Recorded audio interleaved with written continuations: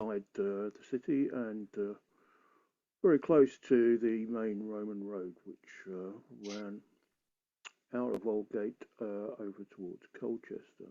So, for those of you who are familiar with London and this little area just to the east of the city, we're just on the south end of Brick Lane. So, not surprisingly, we have some Roman features, most of which were concentrated in the southern half of the site, closest to the Roman road.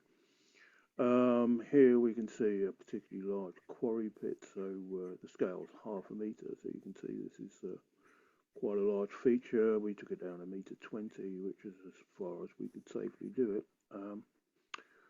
Uh,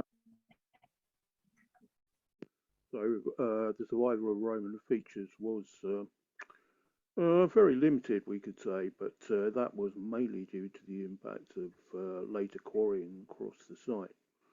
One or two Roman features did survive. Among the more interesting is this feature, which first turned up as a kind of burnt clay on the surface, and later, upon excavation, we found out that it's probably a small oven set into the ground. So here you can see the feature itself being excavated and recording, and hopefully the fired clay lining around the outside of it is clear. There was no sign of any kind of industrial process going on here. There's a lot of charcoal inside the feature, but no residues from metalworking or anything, or glass or anything similar to that. So our interpretation of it is an oven, and this feature dates from 270s, 400, something like that. So here we can see our location of the site per the AGAS map, which was dates to around 1570, and yeah, you can see the area where we are. We're on the south end of Brick Lane, just to the north of the Colchester Road. Aldgate's quite clearly visible over on the left-hand side. So a partially developed area, but still mainly open ground at this time. A predominant feature of the land use, particularly on the southern part of the site during the medieval period, was gravel quarrying. So there's earlier Roman quarrying, which is probably associated with the construction of the road itself. In the medieval period, St Mary's Church, also known locally as the Whitechapel, was found just on the south side of the High Street. A little to the east of where the excavation was undertaken. Now, that obviously would have required quite a bit of building material itself, so it may be that the sand and gravel which has been excavated here was used in the construction of the church and other local buildings, and some of the heavier grade gravel may indeed have been used for surfacing the road itself. Now, butchery waste was a very prominent feature of the backfills of these quarries, and here we can see this partially articulated sheep skeleton, which was found near the base of a very large quarry pit. So here we are, just to give you an idea of how large some of these quarries are. We have a half-metre scale in the base, where we were just looking at the sheep, and a very large Portuguese gentleman standing on one side of the pit to give an idea of just how deep these quarries are. So yeah, again, looking at a section through a group of intercutting features here, we can see there is a very large quantity of animal bones sticking out this section, along with the usual kind of bits of building material which we might find in features of this date. So here we can see one of our compadres sorting out his finds, and as is obvious in this shot, animal bone is a very, very large component of the assemblage which we recovered. Yeah, after a while we gave up using ordinary finds bags for this and just used rubble sacks, and one day when we were sending our finds back to the office, we actually picked up 35 rubble sacks of animal bone in a single day and sent them away. So yeah, the sheer scale of the quarry was quite incredible, and I think here you can see quite a nice shot. This is a pre-X photo of one of the larger pits which we dealt with. Which these features are quite often 5 or 6 meters across and a couple of meters deep. So this posed something of a challenge for us in terms of excavation strategy because obviously we had done trial work, but I think the scale and size of these quarry pits was not anticipated. So we were looking at conducting an excavation where we got to the sand and gravel, the natural deposits, and then we find ourselves in a situation where we've still got another 2 meters of archaeology to deal with from that level, which was made things a little more difficult than they may have been, shall we say. And here we're looking at a section through the very same quarry pit we just saw in the last slide. Gives you a fair idea of what we're looking at here. We've gone down to safe depth of 1.20 meters, and you can see there's a great deal of organic backfill, but also a lot of slumping of gravel around the edges of the feature. These things are, generally speaking, late medieval or Tudor. So, we've got a lot of pits, an awful lot of pits, and some people might justifiably say, well, that isn't particularly interesting in terms of archaeology, regardless of the date. However, within the backfills of these features, apart from the animal bones, which we already had a brief look at, we did find some extremely high status and interesting pieces, many of which were ceramics, and in this case we have a particular form of ceramic in the form of this part of a stove tile, or fragments of a stove tile, which have been fitted back together and compared to a complete example which comes from the V&A. You can see exactly which part of the decoration we're looking for. These things are indicative of very high status indeed. People with a lot of money had these stoves, which were originally an idea imported from Germany, which never seemed to catch on a great deal in Britain. But to have one of these to heat a room, one of these stoves to heat a room, you would have to have quite a budget just to have the thing built and then to actually fire it up and use it.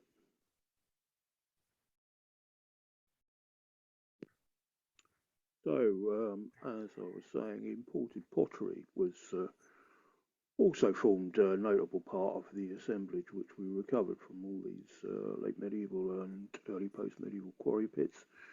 And here we're looking at the base of a Valencian Nusterware dish. This dates from 1425 to 1475, and of particular interest here is the IHS monogram, which appears on the base. This is a common Christian motif, not just of the time but up to the present day, taking the Greek spelling of Christ's name as the inspiration for it. And should you have been lucky enough to find a complete example of the IHS monogram and the full dish, this is what it would have looked like. Obviously, as archaeologists, we're not generally that lucky.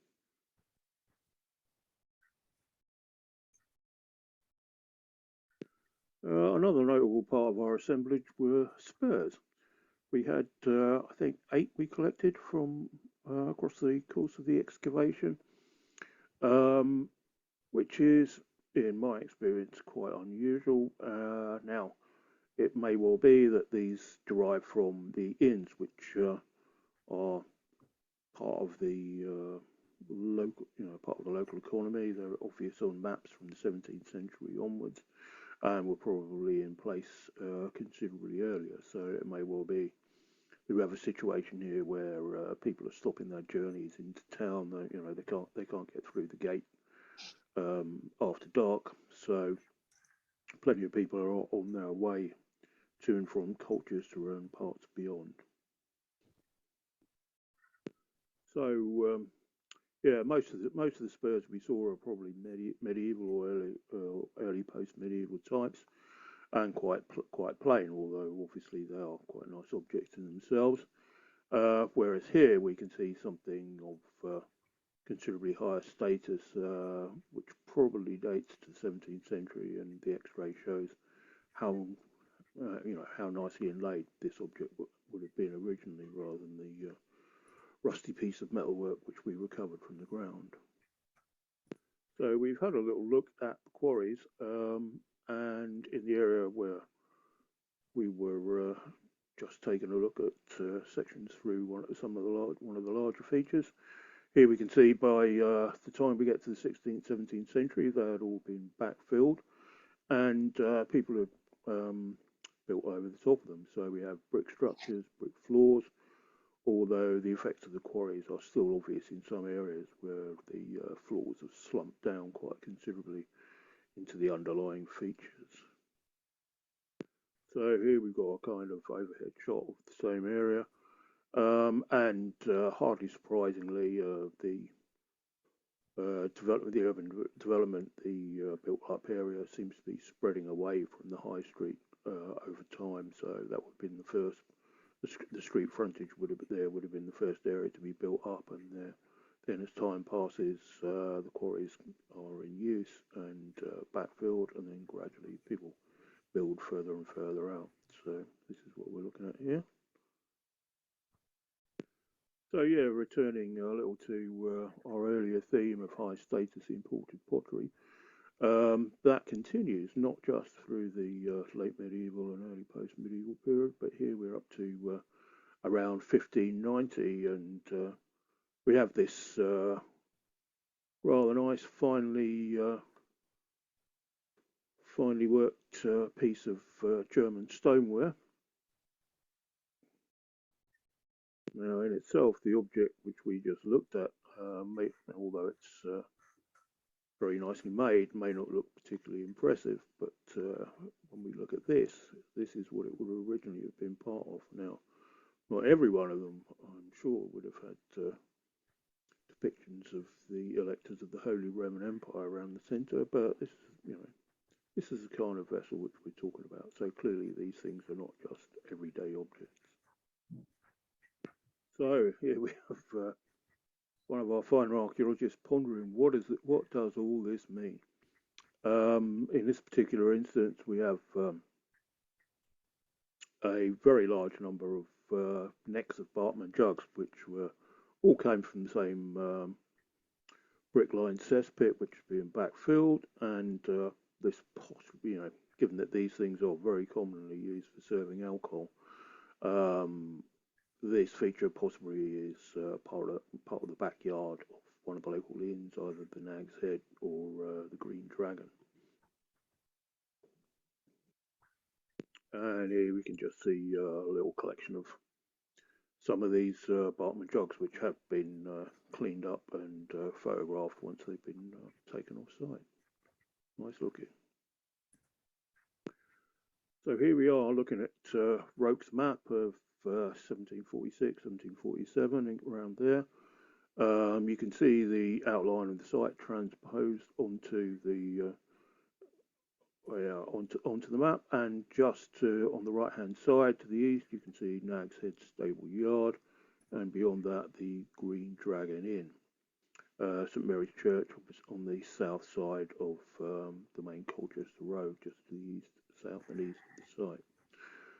Also we can see that there's an area called Tanner's Row, which has a little alleyway running through the eastern northern part of the site, and indeed we found some large pits which may be originally have been quarries, but they also had timber linings, so they may relate to the tanning industry.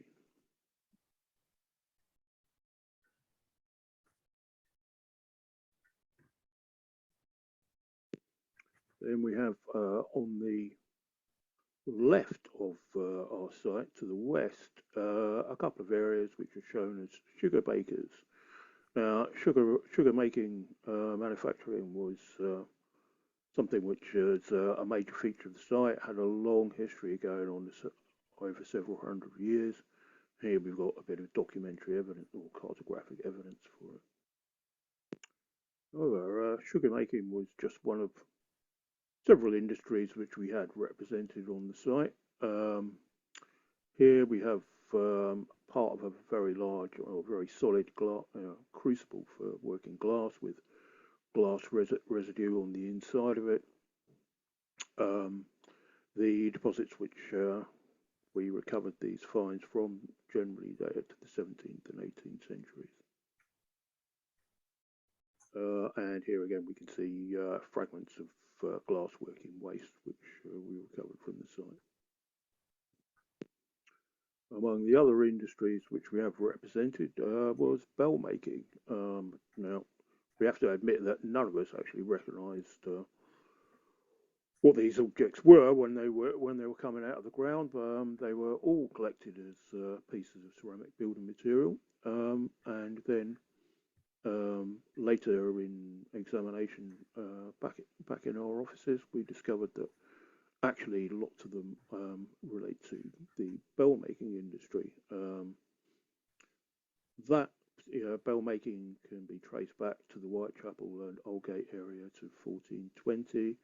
And as some people may know who are familiar with the local area, the last bell foundry only closed this century, not so long ago.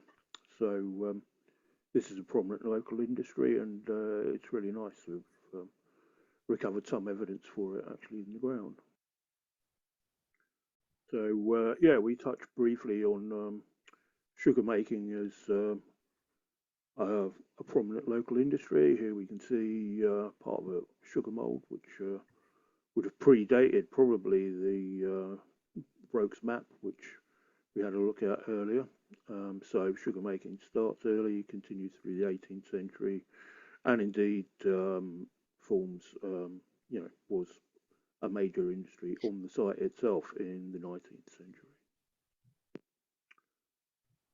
So yeah, we have documentary evidence of sugar refineries being built on the site from the early 19th century onwards. If not the late 18th, the road was widened and the frontage on the east side demolished in the 1780s to allow better access up from the main road to the Whitechapel High Street into Brick Lane. And sugar refineries were built after that period. Here we're looking at the 1875 Ordnance Survey map, and you can see there is a very large building shown as a sugar refinery onto the site. We know this consisted of a 9-floor building and had a 150-foot high chimney, which was the only thing that pretty much survived bombing during the Second World War.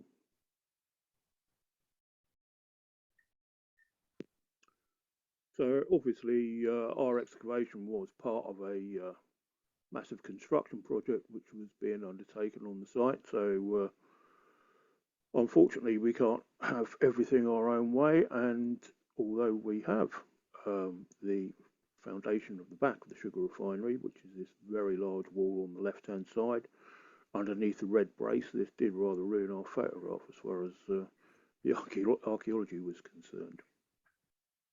So finally, in terms of finds, we have this tiny die, bone die, which was recovered from a pit which dates to around 1600, although some people have suggested that this object is actually Roman in origin. Whenever it was made, you can see, hopefully, that two of the faces actually have 5 holes cut into them.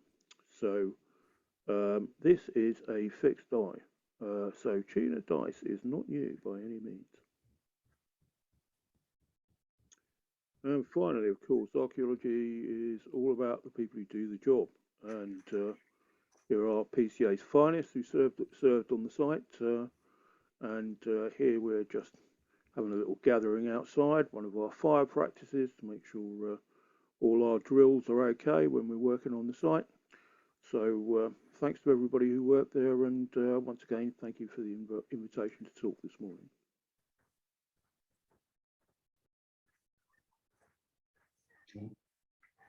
That was brilliant, Dougie. Thank you very much. Even I will acknowledge that that's an amazing assemblage of finds. Can I just ask though, I mean, those pits of animal bone, what was the mix like? Was it mainly food waste, or was it mainly butchery waste? Or don't you know yet? Well, it hasn't actually been analysed yet, but looking at the number of different bones which are clearly sawn, we've got a lot of butchery waste there. Butchery is, and I think from the assessment of the evaluation which we did, quite a lot of the animal bone there was identified as butchery waste. So that would be, I mean, the sheer quantity of it is so huge, you can't imagine that it's just domestic rake out which has been deposited there. Brilliant, thanks for that. I was just quite interested to see. I mean, it is an enormous amount, but then you've got so many finds as well. I mean, it's almost greedy having that many. Right, does anyone have any questions, please? If you want to pop anything in the Q&A box, that would be great. Okay. Oh, Harvey, yes, do jump in. If you've got anything. Dougie, of course, you're a regular participant in these conferences, and nice to see you here again this year. I'm afraid what the excavation reminded me of was the 1960s in that area around Aldgate East, when vast redevelopments were done with virtually no archaeology at all. I remember them happening. I remember trying to crawl over the odd building site and finding the odd bit of imported pottery, some from the Rhineland, but it was a terrible amount of destruction of the sort of inner part of the East End, not far from Brick Lane, of course, that was happening in those days. So it's quite a remarkable contrast that now, at least the situation has evolved where you and your colleagues have the opportunity of looking quite a large area of that sort of what's becoming a growing townscape, very close to a major entrance into London from maybe Ports as well as Colchester, further up towards the northeast. And it was very interesting. I mean, like Jane, I picked up the point about the vast amount of animal bones. Was going to ask you that. Presumably, I mean, the quarrying was taking place to reinforce the roadway, which I think in later years had a reputation for not being terribly well maintained. I'm thinking about the 17th and 18th century here. Presumably, much of that material could have come from the inns, the waste material from Sure.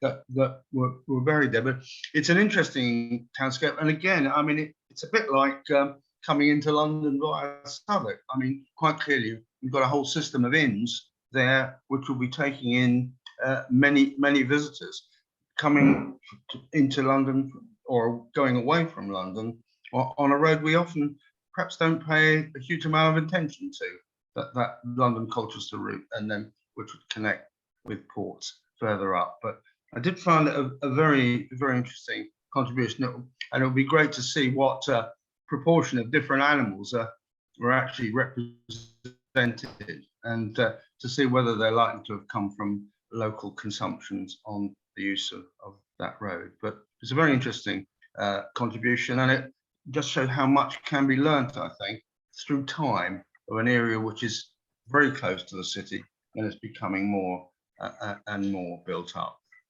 Jane, Thanks, Mark. We have a couple of questions, but okay. I'm conscious it's tea time, so we will go quickly. Dougie, do you have any idea where the cane sugar came from to feed the sugar factories? Not precisely, but you have to bear in mind that we're actually very close to the river here, you know, so it's not a great distance to move raw sugar from London stocks up to Whitechapel by any means. No, I think that may come out in documentary work and it may not. Brilliant, thank you for that. Dougie. I think we can have now our 10-minute tea break. Is that correct, Harvey? It is. Yep.